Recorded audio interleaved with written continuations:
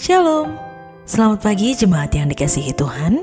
Kembali berjumpa dalam Renungan Harian terbitan Sulu Injil edisi hari Jumat tanggal 24 Juli tahun 2026. Firman Tuhan hari ini terambil dari kitab Roma pasal 12 ayat 1 hingga ayatnya yang kedua dengan tema diubah oleh pembaruan pikiran. Nas pembimbing berbunyi, janganlah menjadi serupa dengan dunia ini, tetapi berubahlah oleh pembaruan budimu. Henry Martyn adalah seorang berkebangsaan Inggris yang menerjemahkan Alkitab Perjanjian Baru ke dalam bahasa Urdu, India, dan Persia. Ia pergi ke India di usia yang ke-25 tahun untuk bekerja sebagai seorang misionaris selama 6 tahun dan ia meninggal di sana. Pekerjaan misionaris Henry Martyn sangat luar biasa karena Tuhan memakai pendidikannya di Cambridge dan kematangan rohaninya untuk menjangkau orang-orang Muslim dan menerjemahkan Alkitab bagi mereka. Roh Kudus yang mengubahkan. Dari Henry Martyn, kita belajar bahwa cara terbaik untuk dapat melakukan pelayanan lintas budaya, kita sadar akan pentingnya pendidikan dan pembentukan rohani kita. Keduanya merupakan kekuatan yang membuka pintu bagi penjangkauan jiwa-jiwa yang dikasihi Tuhan, namun belum menerima Injil dengan sungguh-sungguh.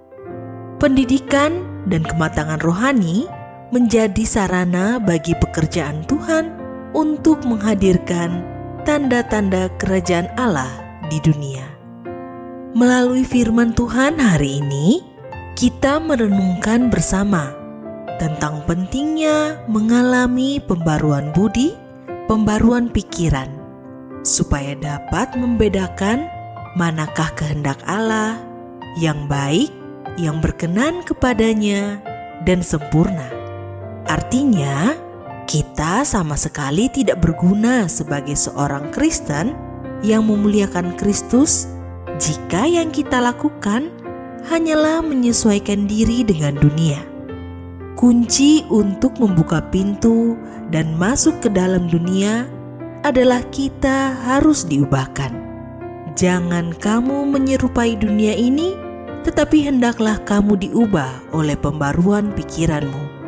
Ada perubahan secara moral dan spiritual karena pekerjaan Roh Kudus.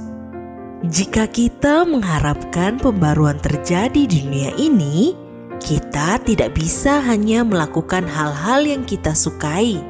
Kita harus mencurahkan segenap hati, jiwa, kekuatan, dan akal budi untuk mengerjakan pembaruan.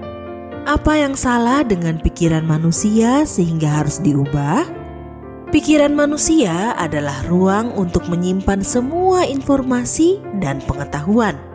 Pikiran perlu dijaga melalui pendidikan yang benar, sehingga tidak mudah dicemari ide jahat seperti penipuan, kesombongan, dendam, dan iri hati, karena pikiran pun telah jatuh dalam dosa. Pikiran kita yang berdosa cenderung tidak melihat Tuhan sebagai pribadi yang layak dipuji dan disembah. Rasul Paulus mengingatkan membarui pikiran agar seluruh aktivitas hidup kita menjadi pelayanan rohani dan penyembahan kepada Tuhan. Kiranya Roh Kudus menerangi pikiran kita agar tidak mengikuti dunia, melainkan dipimpin kepada kehendak Tuhan yang baik dan sempurna. Amin. Demikianlah firman Tuhan hari ini. Tuhan Yesus memberkati.